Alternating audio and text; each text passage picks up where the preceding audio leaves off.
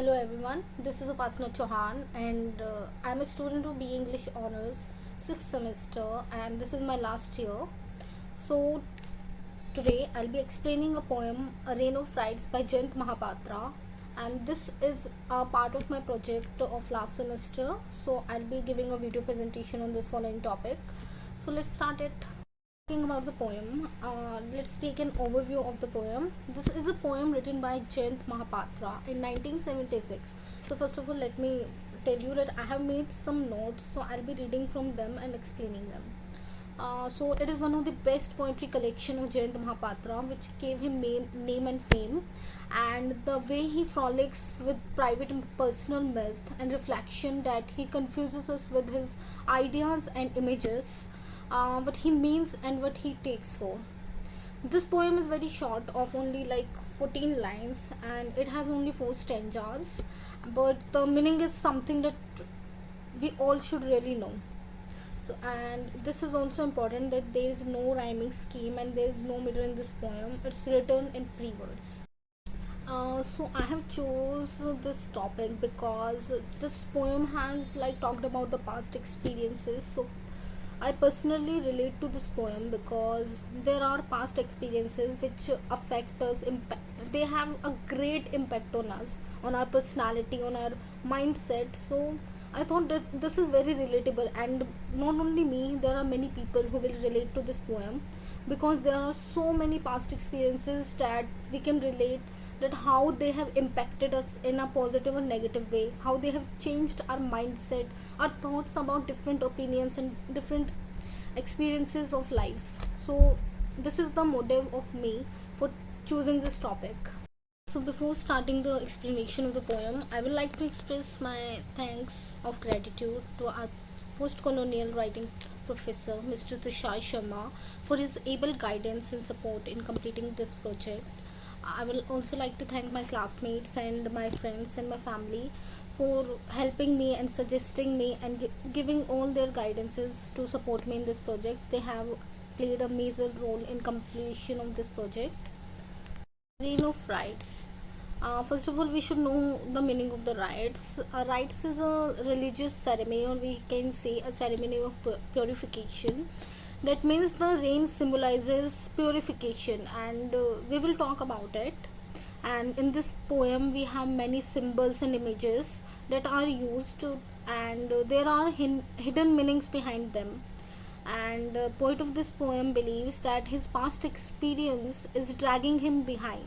Whatever positive thoughts and positivity he has in himself is already killed by his past experience. He believes that, and he thinks that he is the most saddest person on this planet and he is living in pain.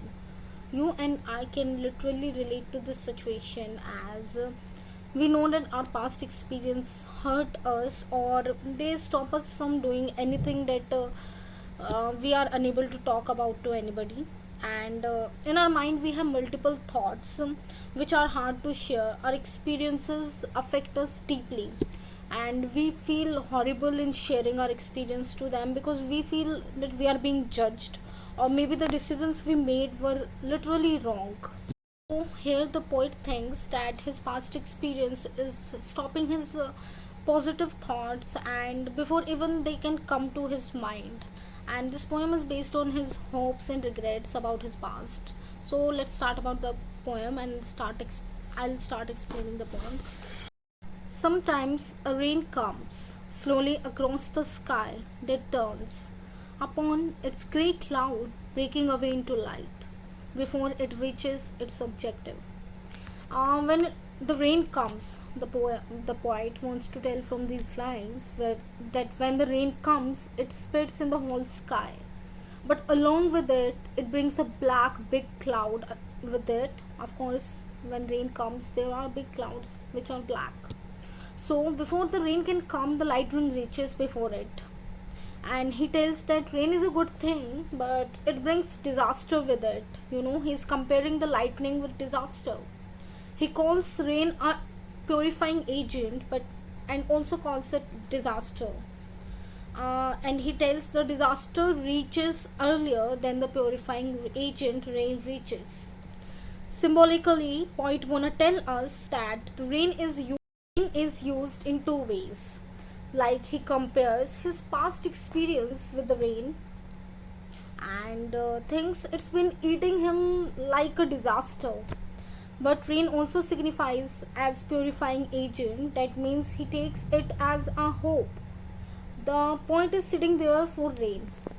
Basically, what he wants to tell us is that rain has two features, according to the point of view of the poet.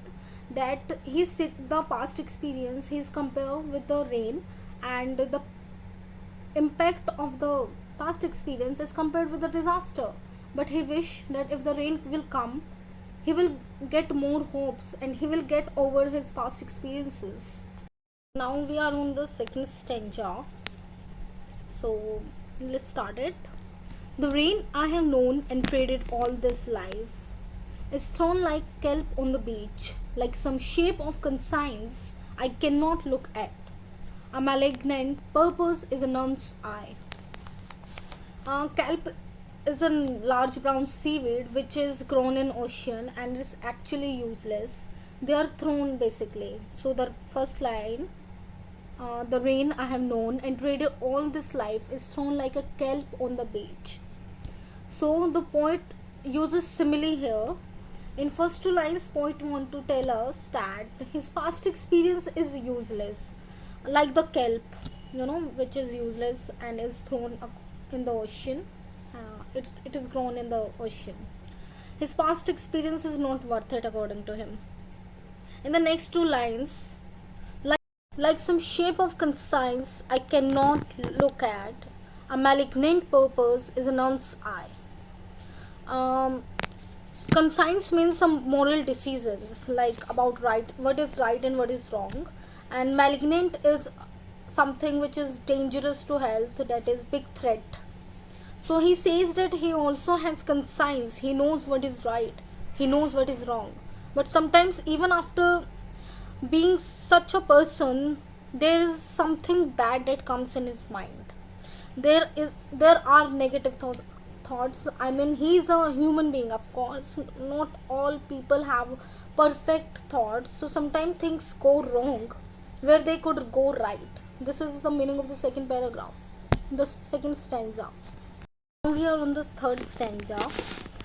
Who was the last man on earth to whom the cold cloud brought the blood to his face? Question mark. Numbly I climbed to the mountain tops of ours where my own soul quivers on the edge of answers. So here the poet is referring to the last man on earth who has completely pure thoughts and he is full of positivity. In case his thoughts or positivity is taken away, so what will happen?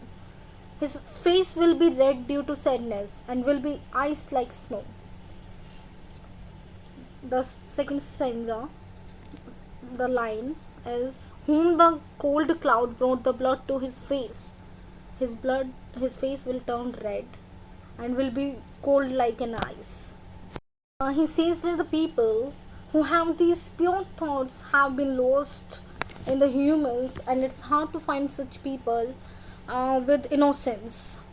In today's time, people have lost their innocence in the humans, and they have been lost in our generation, and people have now experiences instead of the innocence. Poet is standing over his own thoughts and his soul and is shivering because he can't find answers to his questions. That is why the last two lines of the poems are written in interrogative form, which says, which still, stale air sits on the angel's wings, but holds my reign, so it's hard to overcome. So last two lines are in question form, and the poet want to know that why our past experience and our negativity affect us so much, which we have gained from the past experiences. Why do it impact us so much? And he writes that with a beautiful example, that is stale air, which means the bad air. It represents our old knowledge.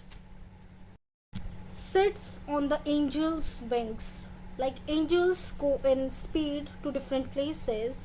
Similarly, our past experiences affect us the fastest way possible. They have a great impact on our personalities, on our behavior, on our mindsets in the fastest way possible. Even the positive things cannot have this much impact the way negative things have impact on us.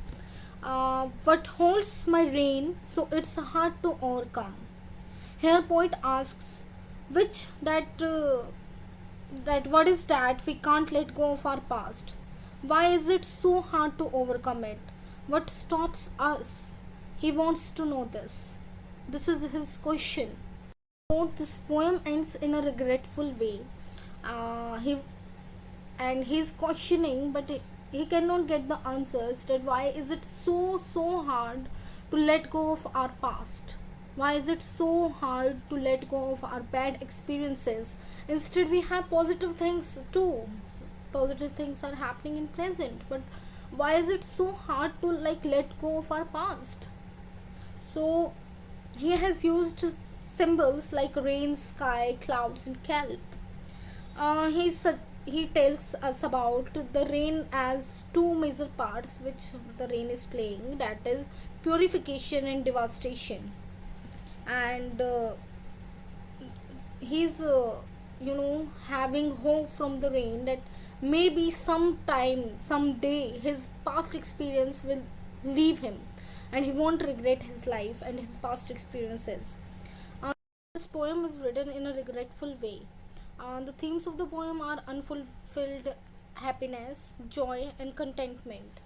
Uh, Basically, we have read the poem according to the point of view of the poet, but what I believe is that if we have a bad experience or bad past, we should actually appreciate it, because there are something which teaches us that how to deal with similar types of situation, or maybe things might go worse. So what I believe is that if something bad is happening, then we should accept it, because acceptance is the happiness.